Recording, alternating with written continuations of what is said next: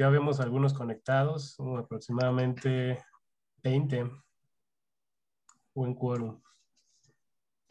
Bueno, bienvenidos. Gracias por acompañarnos. Este es el segundo seminario interinstitucional de la Red de Investigadores e Investigadoras en Oceanografía Física de México. Solo para recordarles, esta red busca acercar a los investigadores en oceanografía física y áreas afines con el propósito de promover y fomentar la colaboración entre los distintos grupos del país. Queremos establecer una red de apoyo para quienes recién inician su carrera académica como postdoctorantes, catedráticos e investigadores, dando a conocer su trabajo y creando espacios para convivir y colaborar. En el sitio de la red ustedes pueden consultar el calendario de estas pláticas programadas que para esta temporada de primavera parece que termina en el mes de junio. Y bueno, los exhortamos a que se pongan en contacto con nosotros si quieren presentar su trabajo o proponer a alguien, ¿no? También tenemos una cuenta en Twitter que es @mx-riof para que nos sigan y bueno, nos compartan una idea o sugerencia. Bueno, pues ya entrando con nuestro ponente de hoy, es un gusto presentarles al doctor Leonardo Tenorio Fernández del Centro Interdisciplinario de Ciencias Marinas del Instituto Politécnico Nacional. El doctor Tenorio hizo su doctorado en Oceanografía Física en el Centro de Investigación Científica y de Educación Superior de Ensenada y posteriormente un postdoctorado en Interacción Océano-Atmósfera en el Centro de Ciencias de la Atmósfera de la UNAM. Desde 2017 es catedrático de CONACYT en el CICIMAR, en el proyecto Probando Paradigmas en Estudios de Procesos Oceanográficos que controlan la bioproductividad marina. Sus líneas de investigación incluyen la dinámica de sistemas costeros, interacción océano-atmósfera y procesos físico-químicos, entre otros. Es también docente en el centro impartiendo los cursos Oceanografía Física, Física del Océano y Dinámica de Lagunas Costeras. Ha dirigido 2 tesis de licenciatura, 3 de maestría y además está dirigiendo una tesis de doctorado actualmente. Bueno, y finalmente él pertenece al Sistema Nacional de Investigadores, nivel candidato. Y pues sin más, le paso la palabra a Leonardo. Adelante, Leo. Gracias, Eric, por la introducción. Y bueno, es un verdadero gusto estar con ustedes. Me alegra mucho ver tantos amigos y participar en esta tan buena iniciativa que se han tenido, ¿no? La verdad es que estoy muy contento de estar aquí. Bueno, sin mucho preámbulo, vamos a empezar porque mi ponencia, cuando Eric hablamos de trabajar sobre esta participación, yo le decía que, bueno, que iba a ser complicado tratar de hablar de algo en específico o que de cuál se trataba, ¿no? Y la idea fue que se hiciera Sheila le llamó hace 15 días, un popurrí de todas las investigaciones que se estaban haciendo y los proyectos. Y bueno, a eso me enfoqué, ¿no? Ya ven mi pantalla, ¿verdad? Sí, vemos, Leo. Ok. Entonces, bueno, desde el principio dije, bueno, ¿cuál será el título apropiado para poder hablar de todas las cosas que se están haciendo? Porque en mi caso me ha tocado entrarle a muchas líneas de investigación y me he ido acomodando a las necesidades pues del centro en el que estoy, en las cuales son muchas. Entonces eso me ha llevado a tener una diversidad en las líneas de investigación y en las escalas oceanográficas que he estudiado, ¿no? Y entonces, pues eso lo que he pretendido es hacerme un oceanógrafo físico lo más versátil posible. Entonces, para poder lograr esto, pues tengo que tener, bueno, tuve la fortuna de encontrar un grupo de trabajo bastante bueno, en el cual tenemos varios estudiantes. Juan Gerardo es nuestro alumno de licenciatura, que ya está a punto bueno, ya salió, pero estaba en el proceso de titulación. Jorge Alberto Cárdenas, Amelia Sánchez, Lesbi Valladares, Félix Valentín son de maestría y unos ya en proceso de su maestría, otros aceptados y entrando el siguiente semestre. Y por último, Emanuel Romero, que es nuestro alumno de doctorado. Los investigadores que trabajan conmigo son el doctor José Gómez Valdés, la doctora Laura Sánchez, el doctor Héctor Torres y el doctor Jorge Manuel Montes. Bueno, como ven, es interdisciplinario las participaciones, desde CICESE hasta JPL con el doctor Héctor, que se ha unido a nuestro grupo de trabajo. Entonces, bueno, de lo que les voy a hablar ahora son de tres grandes grupos que yo así lo consideré. Uno, que son los sistemas costeros semicerrados. Otro, los procesos de mesoescala y submesoescala. Y estos procesos los hemos atacado usando perfiladores hidrográficos autónomos. Como ustedes saben, o algunos de ustedes que me conocen, los sistemas costeros semicerrados eran la formación o el fuerte donde yo recibí mayor formación. Pero bueno, ya le he tenido que entrar a las cuestiones también oceánicas, ¿no? Lo cual me tiene bastante contento. Bueno, dentro de los sistemas costeros semicerrados, les voy a hablar de la dinámica mareal, un poco de la dinámica submareal, y de lo que no les voy a hablar, pero quise mencionarlo, es de las variaciones estacionales. Tuve la fortuna de participar en una tesis, bueno, un proyecto de tesis de doctorado, en donde se tocaron las variaciones interanuales de los factores ambientales y su efecto sobre los hábitats de larva de peces en el Alto Golfo de California. Esto en verano. Entonces, bueno, vamos entrando a la dinámica mareal. Lo más importante dentro, bueno, uno de las, el porcentaje de varianza explicada con mayor, o el fenómeno que influye con mayor porcentaje de varianza es la marea, ¿no? Entonces, por eso es tanto interés de primero describir las cuestiones mareales, porque ya cuando describes las cuestiones mareales, ya describes un porcentaje importante del sistema, ¿no? O de la varianza del sistema. Entonces, lo primero es explicar la propagación de la onda de marea en estos sistemas. Y tomé como ejemplo el trabajo que se hizo en Chelem. Aquí en Chelem lo que se hizo fue tomar mediciones durante 60 días. Se puso un CTD en la boca y 6 CTDs divers, son unos CTDs chiquitos que se anclan al lecho, pues, al lecho de la laguna, o a la parte del suelo lagunar, y también se contó con una estación meteorológica, ¿no? Entonces, lo que vamos a abordar ahorita es únicamente las señales de presión para poder encontrar para describir la propagación de la señal de marea dentro de estos sistemas. Entonces, las primeras dos señales, las series cronológicas de la elevación de la superficie del mar corresponden a la parte central de este sistema.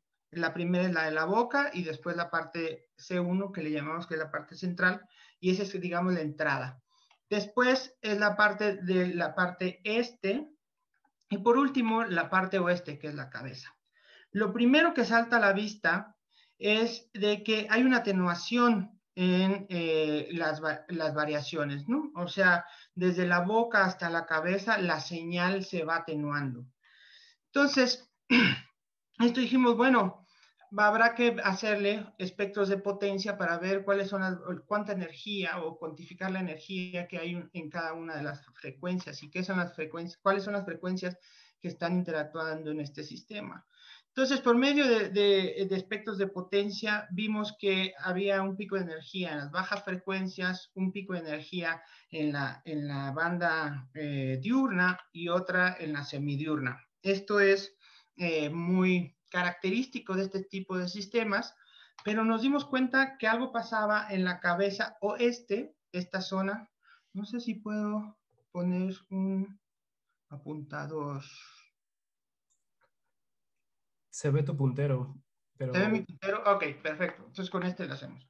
Entonces nos dimos cuenta que en la cabeza o esta cabeza no llegaba o ya no había energía en la banda semidiurna. Entonces fue que ahí que la pregunta, bueno, ¿qué pasó? ¿Qué pasó de la parte central del sistema hacia una de las cabezas? Bueno, pues la carretera, hay una carretera, esta carretera tiene tapa y solo hay un flujo por un puente. Entonces, este sirve como un filtro, digamos, un filtro pasa altas o no pasa bajas. Bueno, el chiste es de que ya no deja pasar la señal semidiurna hacia la parte oeste. Entonces, lo que hicimos fue un análisis armónico para darnos cuenta la magnitud de, primero, cada uno de los componentes de la marea y cuáles eran la magnitud de las atenuaciones en cada una de estas bandas de frecuencia.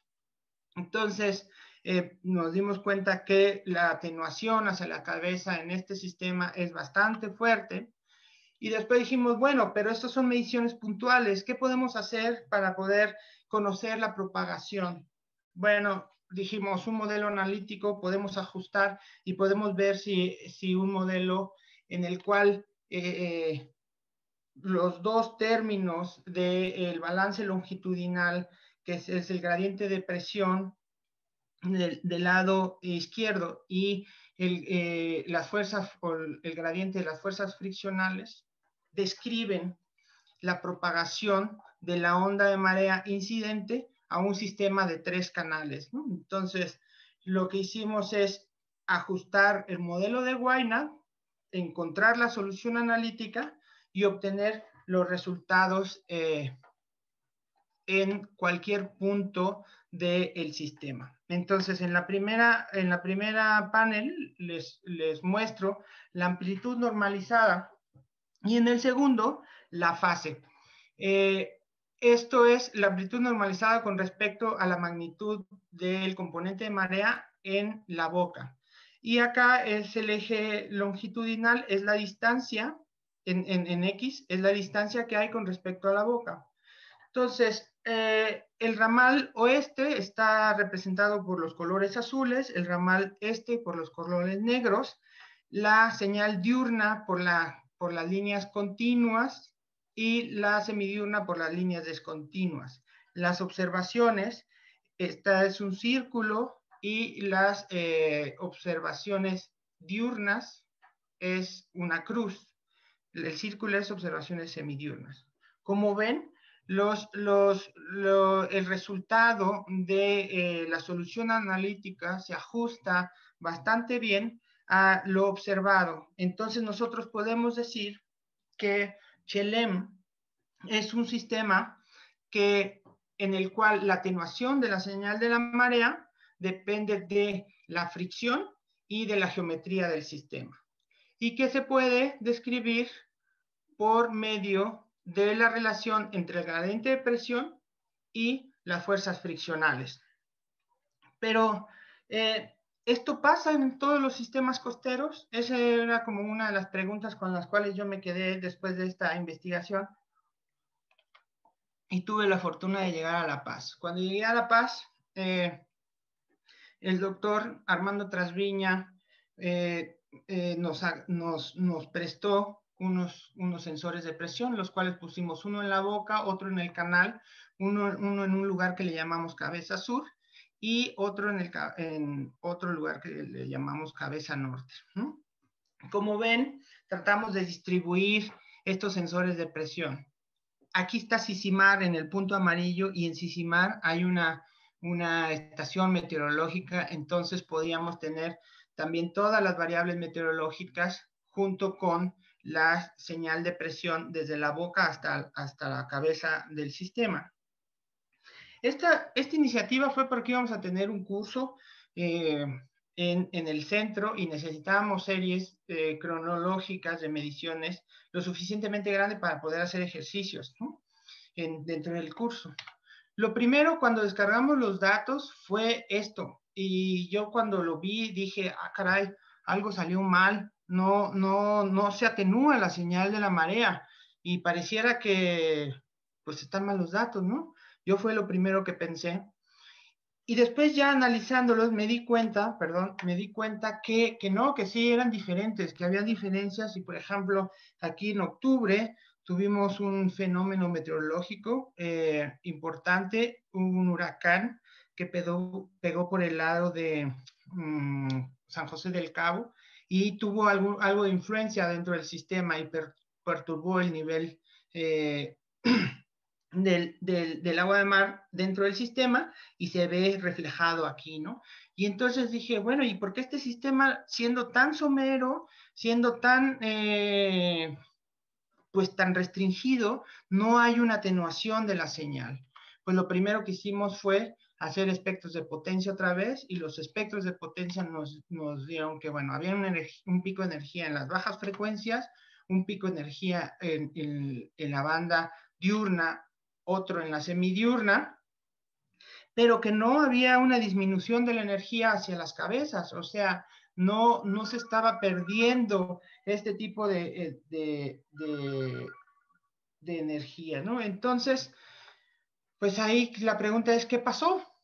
Fuimos a hacer un análisis armónico y efectivamente nos dimos cuenta que tanto los componentes diurnos como los semidiurnos no se atenúan. Y de hecho, hay algunos que aumentan, como el caso de el componente O1, con un 3% más o menos, pero M2 y S2, que son los semidiurnos, sí tienen un aumento de alrededor del 8 y 6% cada uno de ellos.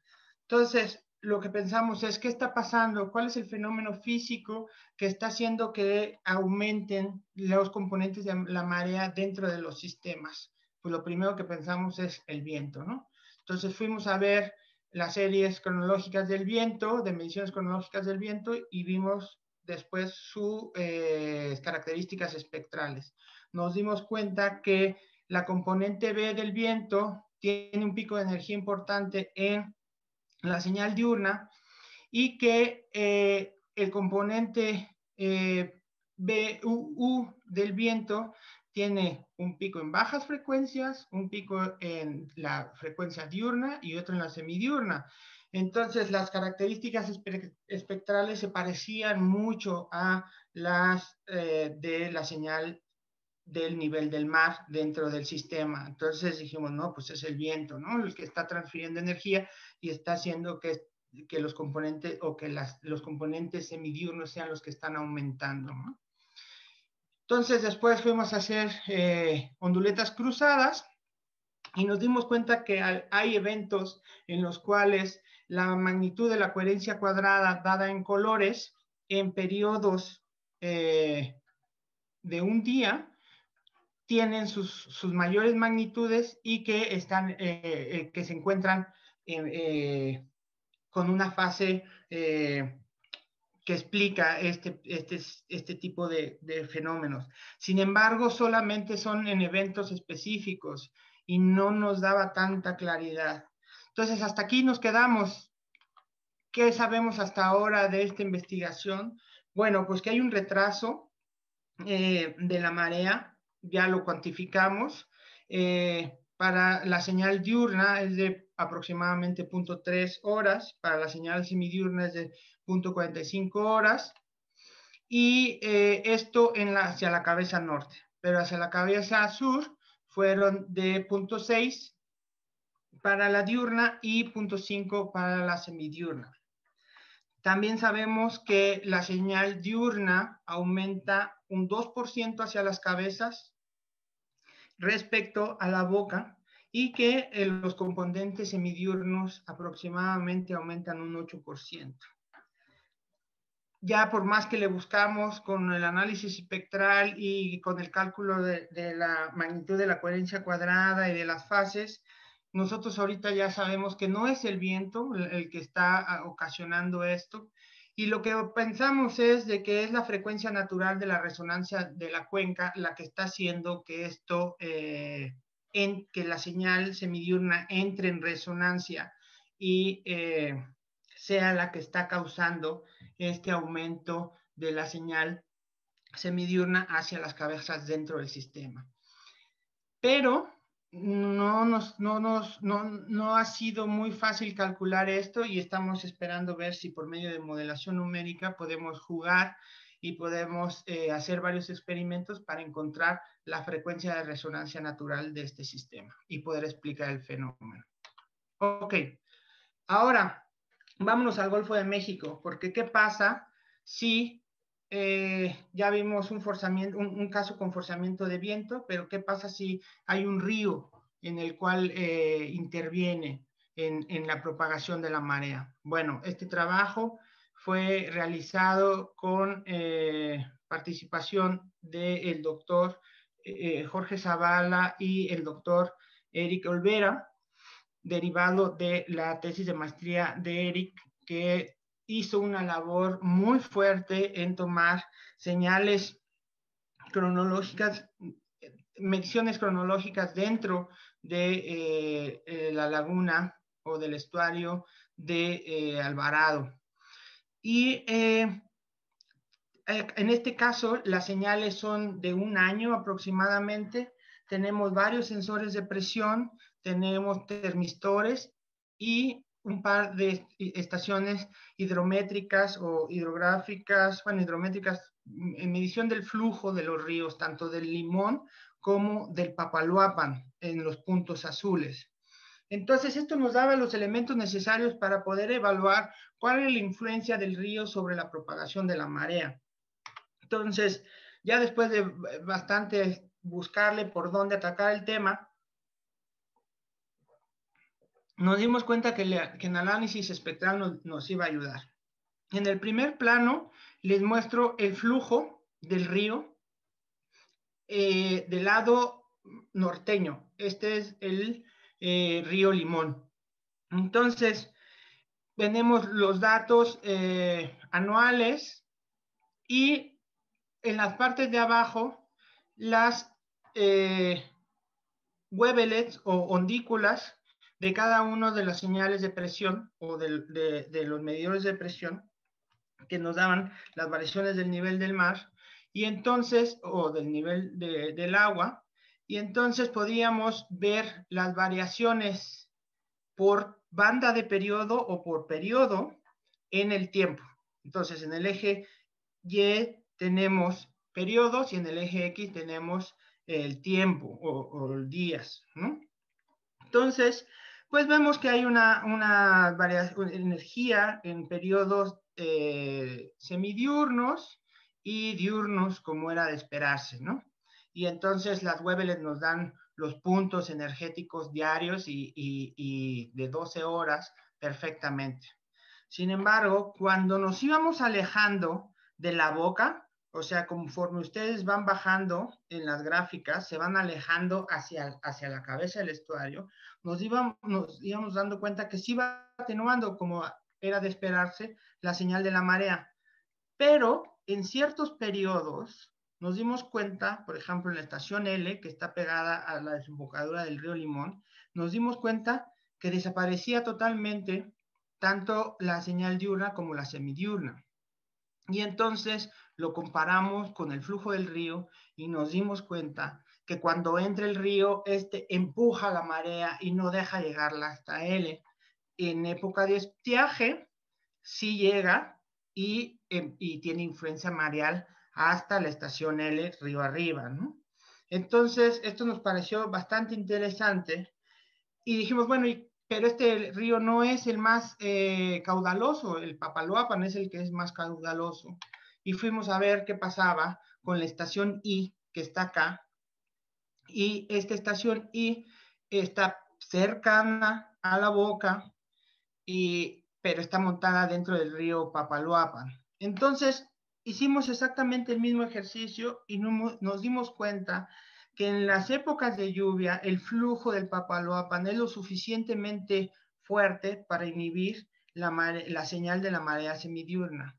Llega el estiaje y la señal semidiurna se presenta dentro de esta estación. Ahora, ¿cuál es lo interesante de esto? Pues que estamos diciendo que el sistema de Papaloapan-Alvarado es un sistema altamente friccional. Se atenúa la marea. Y que esta hidrodinámica o esta dinámica está descrita por el gradiente de presión y las fuerzas friccionales. Sin embargo, nosotros lo que hicimos fue, dentro del parámetro friccional, meter la influencia del río como una parametrización extra. Entonces, podemos tener una, y derivado de este trabajo se obtuvo una desarrollo analítico o una solución analítico donde en el parámetro friccional se consideraban las interacción del río. ¿Ok? Bueno, eso es con respecto a la señal, a la dinámica mareal. Pero ¿qué pasa con la señal submareal? ¿Qué es lo que estamos haciendo? Bueno, al término de mi doctorado se empezaron a usar grupos dinámicos para describir la hidrodinámica de estos sistemas desde el punto de vista submareal. Y entonces, después de ahí, nos empezamos a preguntar ¿por qué es necesario proponer un agrupamiento dinámico de los sistemas costeros semicerrados? Y si es posible enmarcar la variabilidad de los sistemas costeros semicerrados dentro de espacios paramétricos con el objetivo de describir submarealmente estos sistemas. Y nosotros decimos que al ubicar los sistemas costeros semicerrados dentro de estos espacios paramétricos es posible diagnosticar dinámicamente la importancia relativa de las fuerzas que controlan la hidrodinámica residual. Entonces, si nosotros partimos del balance de momento submareal en el eje longitudinal sin viento, sabemos que del lado izquierdo tenemos los forzantes y del lado derecho los equilibrantes, el gradiente de presión, la tensión por la corriente de marea, la fuerza de Coriolis y el parámetro de las fuerzas friccionales. Si nosotros hacemos un escalamiento de esto, podemos encontrar un par de números dinámicos o descripciones dinámicas en las cuales se comparan estas fuerzas de cada uno de los términos de la ecuación de momentum. Y uno de estos es el número de Froome mareal, el cual relaciona el forzamiento por marea entre el gradiente baroclínico longitudinal. Ahora, si queremos conocer la relación entre las fuerzas debidas a la rotación terrestre y aquí en el denominador y las fuerzas friccionales, podemos describirlo con el número de Ekman. Y si usamos estos dos números adimensionales o números dinámicos, podemos generar espacios paramétricos para describir los sistemas. Pero estos nada más están tomando en cuenta Coriolis, la fricción, los parámetros friccionales y la tensión por corriente de marea o la influencia de la marea, ¿no? Pero ¿qué pasa si tenemos viento?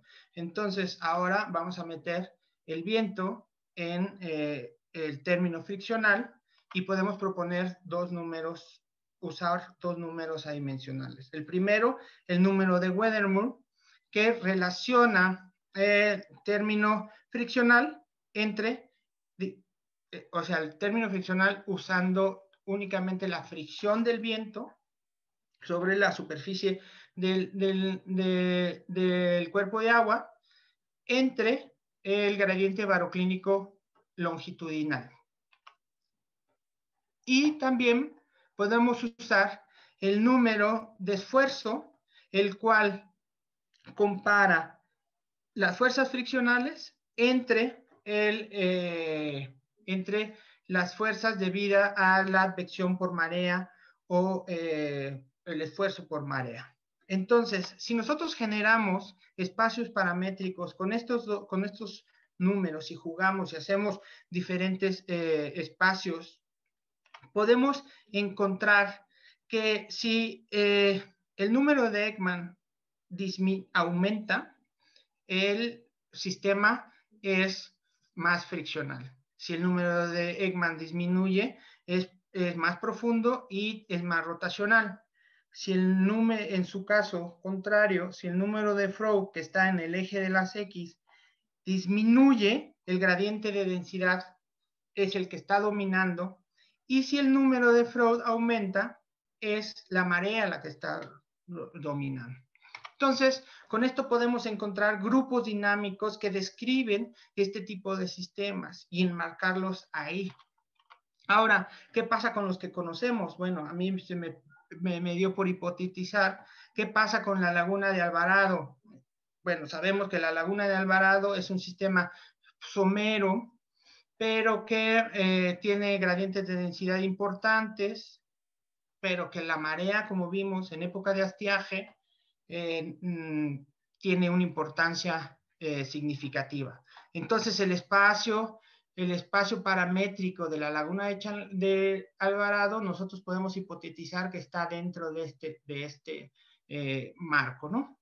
Así lo mismo para la laguna de Chelem. La laguna de Chelem es un sistema totalmente somero, en la cual los gradientes de densidad son pequeños o no son tan importantes, en especial en la época de estiaje, pero que la marea tiene un componente muy importante dentro de la hidrodinámica y entonces su espacio paramétrico puede estar descrito de esta forma.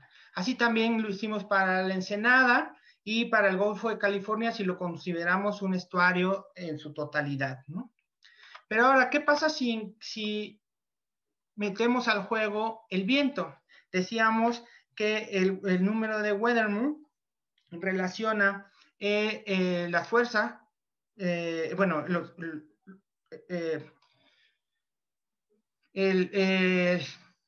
fuerzas friccionales debidas al viento y el gradiente baroclínico longitudinal. Entonces podemos encontrar que si el número de Weddermoor es grande, la dinámica está descrita por sistemas donde la dinámica de Ekman es la que controla el sistema, ¿no? Pero si tenemos números de Weddermoor bajos y números de Ekman grandes, pues decimos que son sistemas muy friccionales controlados por gradientes de densidad, o sea, sistemas someros en los cuales el gradiente de densidad longitudinal es muy importante. Ahora, ¿qué pasa si lo hacemos con el viento y con la marea? Bueno, pues usamos el número de esfuerzo para poder describir y meter nuestros sistemas en estos grupos dinámicos. ¿Y esto cuál es la propuesta? Bueno, pues la propuesta es de que muchos de nosotros nos hemos dedicado o han aportado con estudiar diferentes sistemas costeros o de diferentes sistemas semicerrados a lo largo de la República, y podríamos hacer un atlas utilizando el trabajo de todos o los trabajos publicados y decir en dónde encajan los sistemas costeros semicerrados de México y cuál es el área de variabilidad espacio-temporal de los sistemas costeros semicerrados en toda la República. Y sobre eso es lo que estamos trabajando, tratando de hacer este atlas.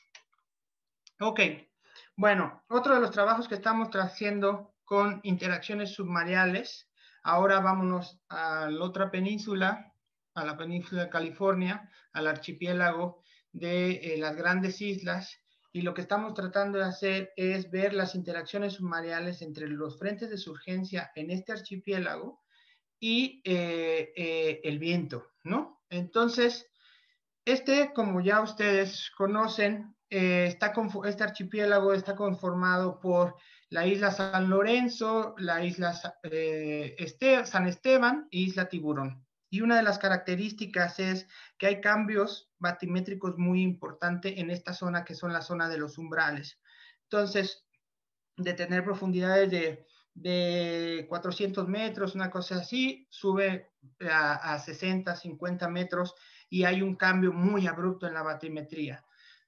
Esto, combinado con las restricciones topográficas de la cuenca y las importantes velocidades de marea que hay, ocasionan que cuando la marea sale hacia la parte sur del Golfo de California, o la corriente de marea choca con estos umbrales y se forma un afloramiento o una surgencia por el efecto de la marea.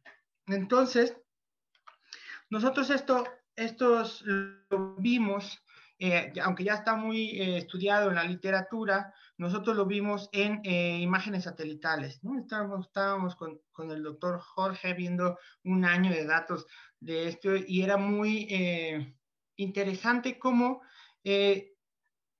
variaba estas diferentes temperaturas superficiales durante todo el año, ¿no? Entonces, las aguas frías que nosotros estamos asociando a surgencias debido a este fenómeno que les comentaba hace un momento, están siempre pegadas hacia la península, pero había como a veces más intenso, a veces menos intenso, y después también lo vimos en la clorofila. Veíamos que las concentraciones mayores de clorofila estaban asociadas a la costa peninsular, y entonces, pero que cambiaba en órdenes de días. O sea, nosotros al principio estábamos pensando en variaciones estacionales, pero nos dimos cuenta que en cuestiones de días cambiaban. Entonces, si el forzamiento el que está originando esta surgencia es la marea, dijimos, bueno, pues entonces tiene que haber una variación con respecto a los ciclos de marea, ¿no? Entonces, sacamos en la señal sumarial que les muestro en la parte, en el panel de arriba, donde se representan ciclos de mareas vivas y mareas muertas, y después en la parte de abajo les presento la temperatura superficial vista desde el satélite, la concentración de clorofila de igual forma, y en la parte de abajo lo que hicimos fue calcular el gradiente entre los píxeles, es decir, utilizamos un algoritmo que ya está descrito para describir frentes, y en donde están los colores más intensos o más rojos son los que están relacionados con frentes o el máximo gradiente, y el máximo gradiente está relacionado con zonas frontales, ¿no? Entonces nos dedicamos a ver un año de datos y en este año de datos calcular para cada día cuál era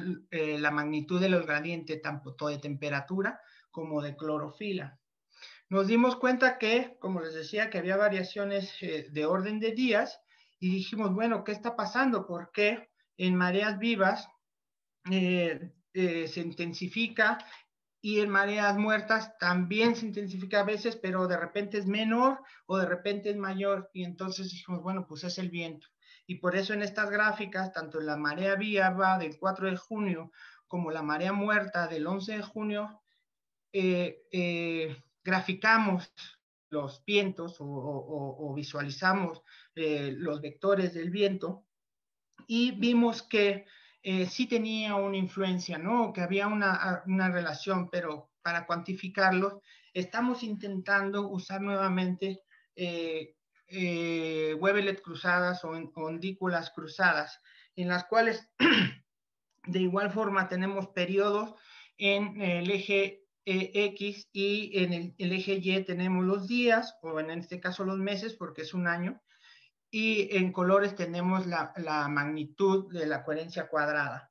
En las flechas representan la fase, y entonces nos dimos cuenta que sí, si comparamos la señal de la marea versus el gradiente de la magnitud del gradiente de la magnitud de la clorofila en la parte de arriba, por ejemplo, y la señal de la marea versus el gradiente de la magnitud de la temperatura superficial, nos damos cuenta que hay periodos en los cuales tienen una coherencia cuadrada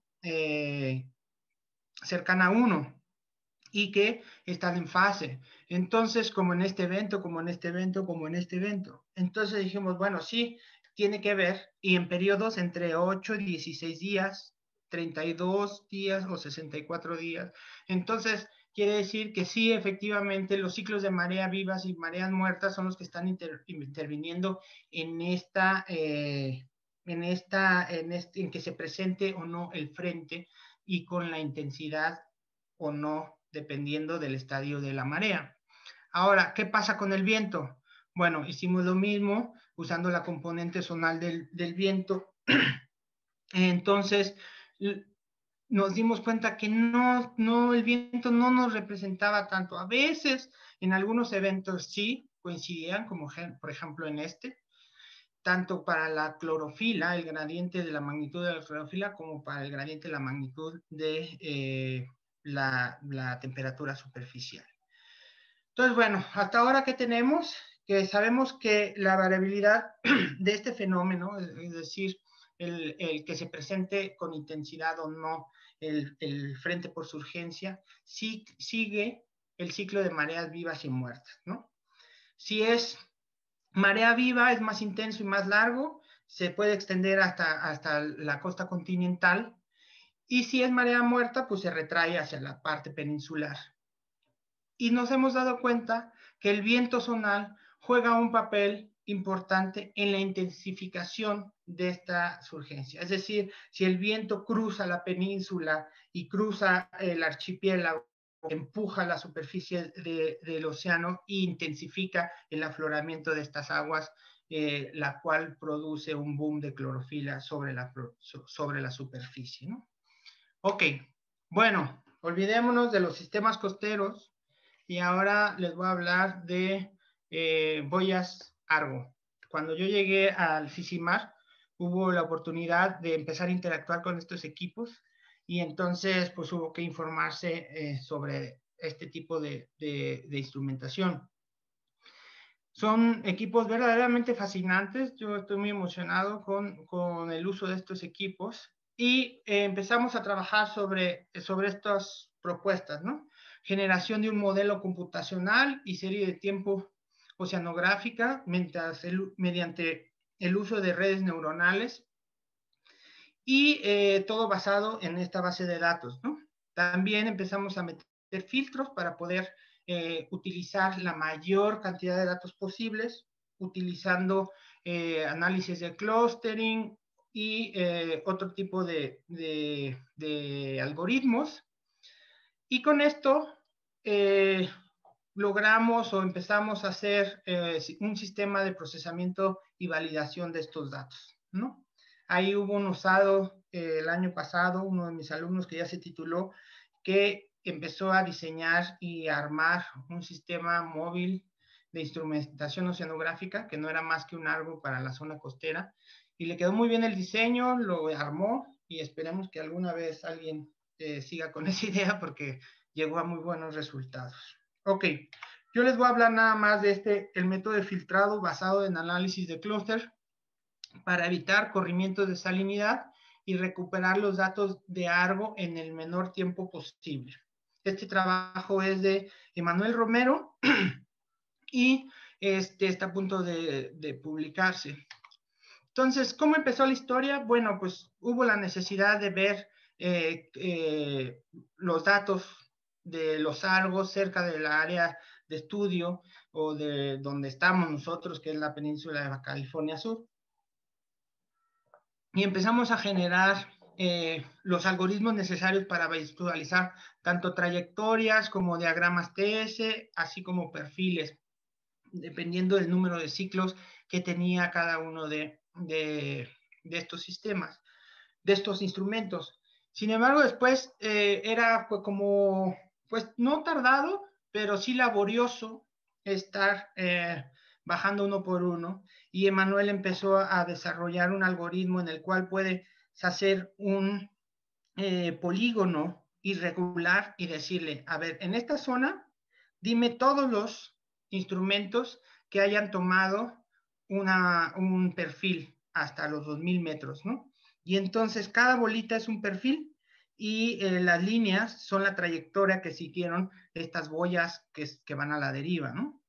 Entonces, ya con esta posibilidad dijimos, bueno, vamos a ver cuántos argos hay en la zona económica exclusiva de México y cuántos perfiles hay. A lo mejor es una base de datos importantes que podemos usar para los estudios oceanográficos. Entonces, esta gráfica muestra en rojo todos los perfiles que existen desde que se soltó el primer argo en la zona exclusiva de México, tanto en el Pacífico como en el Golfo. Y pues ya teniendo la posibilidad de hacer polígonos, pues dijimos, bueno, ¿y qué pasa cerca de la Baja California Sur? Y entonces hicimos también aquí nuestro polígono y empezamos a hacer comparaciones con otras de bases de datos como la GOA, ¿no? Entonces el mismo polígono sirve para otro tipo de bases de datos y entonces podemos seleccionar datos que ya están disponibles en la red con este filtro y poder generar bases de datos en los polígonos que a nosotros nos interesan, ¿no? Sin embargo, al ver los datos de esta zona, de este polígono que está enmarcado en cian, nos dimos cuenta que no todos los datos tenían buena calidad, ya que lo primero que hicimos fue hacer diagramas TS y decir, bueno, vamos viendo cuáles son los datos que están buenos. Los datos que están buenos son los amarillos, el sistema ARGO los llama como DMQC, y los otros, los RTQC, son los que tienen que esperar un año más o menos, o hasta un año, para poder decir si están bien o no están bien, ¿no? Pero nos dimos cuenta nosotros al graficarlo que pues había corrimiento, sobre todo en la salinidad, ¿no? Y que había datos que se salían en todos los meses de lo que nosotros esperábamos. Como nosotros ya conocíamos más o menos qué masas de agua había en la zona, decíamos, no, pues evidentemente todos los de RQC que están fuera del agua interna del Pacífico, por ejemplo, a 2000 metros, sabemos que no están bien. Entonces, lo que empezamos a hacer fue usar filtros, usar análisis de grupo y empezar a hacer ajustes con la idea de poder recuperar estos datos. En amarillo están los datos de MQC, o sea, los datos que ya están bien, y en azul son los otros, pero los RTQC, pero los que ya se les aplicaron el ajuste usando todo el algoritmo propuesto por Emanuel. Y si se fijan, todos los datos que se tenían fuera de rango, digamos, corridos, ya entran o ya están muy parecidos o dentro del rango de los datos que están corroborados por el sistema ARGO. Hay algunos que no, como en septiembre, que hay corrimientos, sigue habiendo corrimientos. Bueno, pues se puede aplicar un segundo filtro en el cual hace que se recuperen esos datos. Al final de cuentas, aparte de poder usar polígonos irregulares, usando estos dos filtros, si usamos el primer filtro, podemos recuperar alrededor del 80% de los datos que se habían descartado inicialmente. Y si aplicamos el segundo filtro, podemos recuperar 30% de los datos que ya se habían descartado inicialmente, o sea, que iban a entrar al proceso de calidad. ¿Esto a qué nos lleva? Pues a tener sistemas de calidad mucho más rápidos, en los cuales uno pueda tener la facilidad de decir, bueno, en esta zona donde hay pocos datos, me conviene utilizar este algoritmo y yo decido cuántos filtros, o si usar el primer filtro, el segundo filtro, y yo decido si puedo usar estos datos o no, ¿no? Esa es un poco la idea de esta aportación. Pues espero no haberlos mareado de un lado para otro y tantos temas, pero el mensaje es de que cuando uno empieza a interactuar ya laboralmente en el ámbito científico, pues las líneas de investigación van dependiendo de recursos, presupuestos, bases de datos, mil cosas, ¿no? Entonces hay que entrarle como a todo, sin mucho miedo.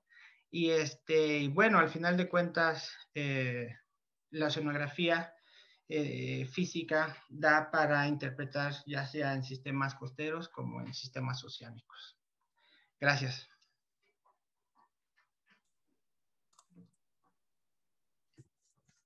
Bueno, pues muchas gracias, Leo. Bastante interesante tus trabajos y también gracias por compartirnos la experiencia ahorita que eres investigador. Bueno, pues vamos a, si les parece, vamos a pasar a las preguntas. Eh, bueno, si tienen alguna pregunta, pueden, y si tienen, no sé si tengan todos ese botón habilitado en donde dice reacciones. Hay una parte donde dice alzar la mano. Pues les pediríamos que alcen la mano o ya sea escriban en el chat. Ahorita hay una pregunta en el chat, la vamos a leer bueno, pueden decir yo en el chat, ¿no? O poner su pregunta en el chat. Eh, ok, bueno. Vamos a comenzar con las preguntas que dejaron aquí en el chat, Leo. Braulio Juárez dice, buena plática, Leo, felicidades. Trabajos muy interesantes. Lamentablemente, bueno, se tuvo que retirar, pero bueno, vamos a leer las preguntas. Eh, la primera, Leo, es, ¿cuál es la dificultad de calcular la frecuencia natural de resonancia en La Paz y cómo ayudaría un modelo numérico? Sí, bueno, es que la dificultad está en que el sistema no es un sistema elongado, no es un sistema que esté totalmente cuadriculado o elongado. Entonces, la geometría es más circular. Entonces, eso ha venido a complicar o no obtuvimos, ya la calculamos con la ecuación que nosotros conocíamos para estos sistemas y no nos dio. Hemos obtenido otra solución analítica para calcular la resonancia, pero tampoco nos ha dado resultados aceptables. Entonces pensamos que a través de un modelo numérico, si nosotros tenemos, bueno, la batimetría, si tenemos echado a andar el modelo, podemos estar forzando el modelo con una señal de la marea, ¿no? Y entonces empezar a ver o empezar a ver, modificar en todo caso las condiciones geométricas del sistema hasta que entre en resonancia, ¿no? Y ver si sí se está logrando, si está coincidiendo con la geometría, la geometría existente del sistema. Entonces, por ahí es donde creemos que un sistema, un modelo numérico nos puede ayudar a encontrar la frecuencia a la cual entra en resonancia el sistema, ¿no?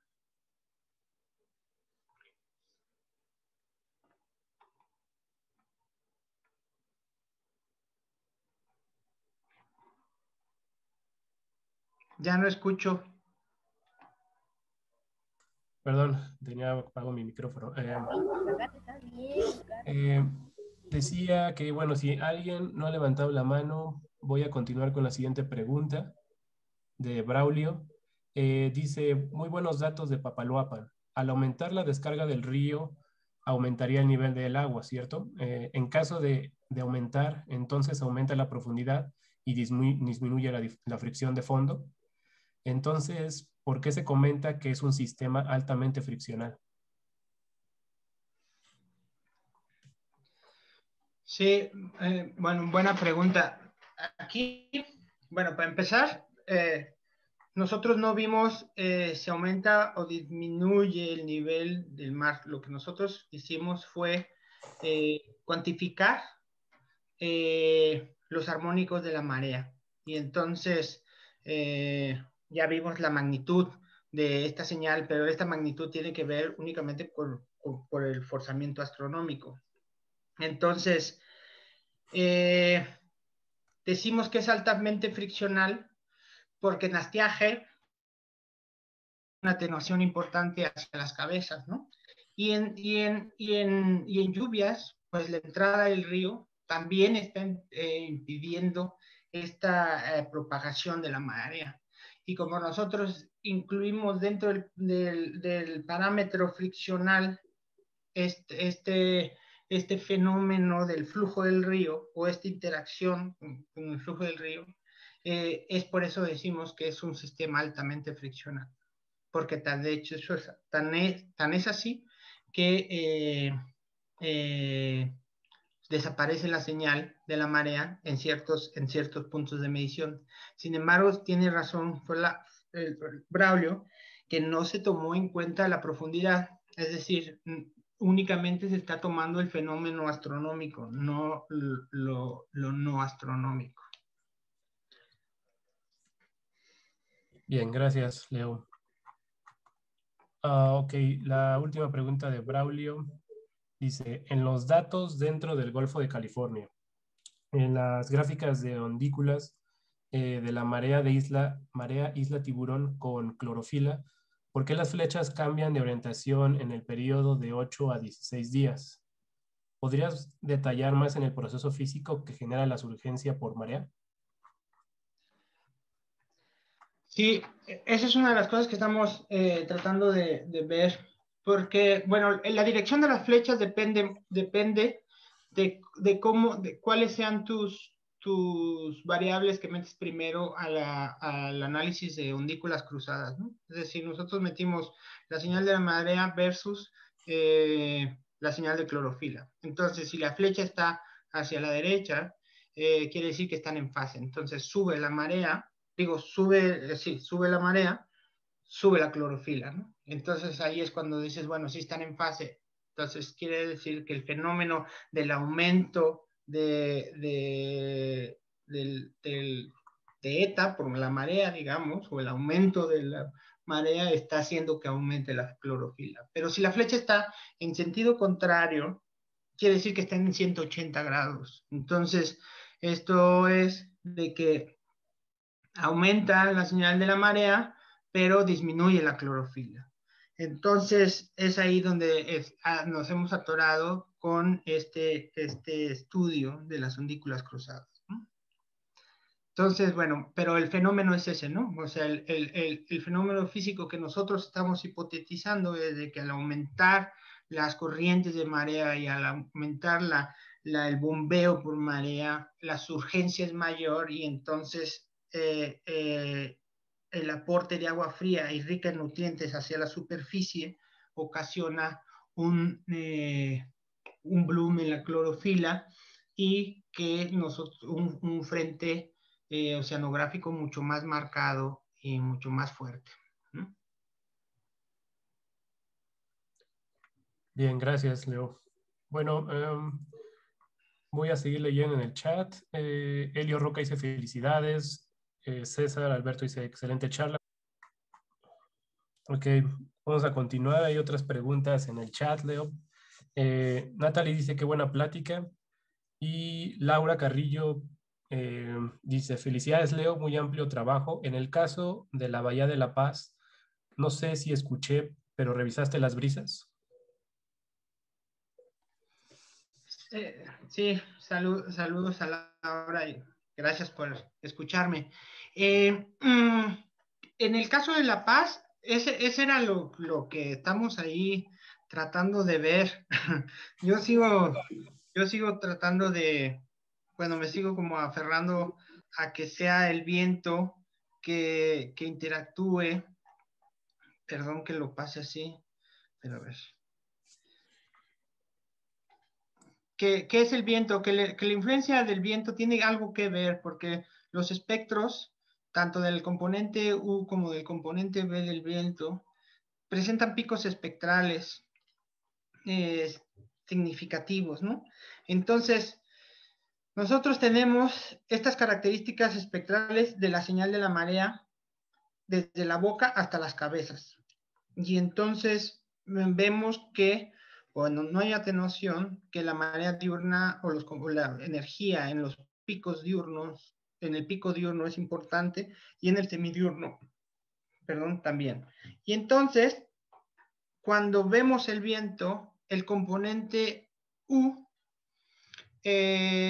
también presenta esas mismas características espectrales y también el componente B. Según entiendo, el componente B es el que está asociado a las brisas marinas, y sí tiene este componente, ¿no? Pero el componente U está más asociado a las variaciones locales del viento. Y entonces estamos haciendo una rosa de vientos y tratando de sacar elipses de variación usando los datos del viento para ver cuál es el componente principal de las variaciones del viento en estos meses, ¿no? Porque también tienen que ser dentro del mismo periodo de medición. Entonces sí, lo estamos considerando y bueno, sobre eso va, ¿no? Ver cuál es la importancia relativa de cada uno de estos forzantes. Bien. Juan Gerardo dice muchas felicidades y María Luisa te felicita y pregunta, ¿qué tan difícil crees que se pueda hacer ese atlas? Porque le ve muchas aplicaciones. No, fíjate, bueno, la verdad es que es una propuesta que estamos desarrollando con Emanuel y va bastante bien. Estoy yo muy emocionado con ese trabajo porque como Manueliza, nosotros también vemos que puede tener muchas aplicaciones. La información está, o sea, la información está pues ya desde hace mucho. Se ha hecho un esfuerzo, tanto el grupo de investigación de la península de Yucatán, como los de la península de Baja California, como los del centro del país, como los del Pacífico, van y muestrean dentro de sus sistemas si tienen datos de salinidad, de temperatura, ponen ASP, si tienen el forzamiento por marea. Entonces, no es tan, y están publicados, esa información está publicada, no es tan complicado poder calcular y jugar con estos números adimensionales o con estos grupos dinámicos y empezar a ver dónde podemos situar cada uno de estos componentes, ¿no? Mi hipótesis es de que los sistemas de la península de Yucatán o digamos los sistemas de la Riviera Maya, por ejemplo, van a estar dentro del mismo grupo dinámico y los sistemas de la Baja California Sur van a estar en otro grupo dinámico y entonces podemos caracterizar el país o los sistemas semicerrados del país en diferentes grupos dinámicos, ¿no? Que ese es como el sueño de ese trabajo. Pero yo no lo veo muy lejano, nada más que nos ha faltado tiempo o algún gallo que trabajar con o alguien interesado en lo que quiero decir. Bien, gracias. Jorge Montes dice felicidades, buena presentación. Y bueno, María Luisa te contesta que ella cree que las diferentes áreas deberían hacer lo mismo, desde la física y la química y la biología, y que la información llegue a formar atlas para consulta de usuarios, desde gobierno hasta pesquerías, etc. Muchas gracias. Ok. Y bueno, ¿alguna otra pregunta? Me parece que no.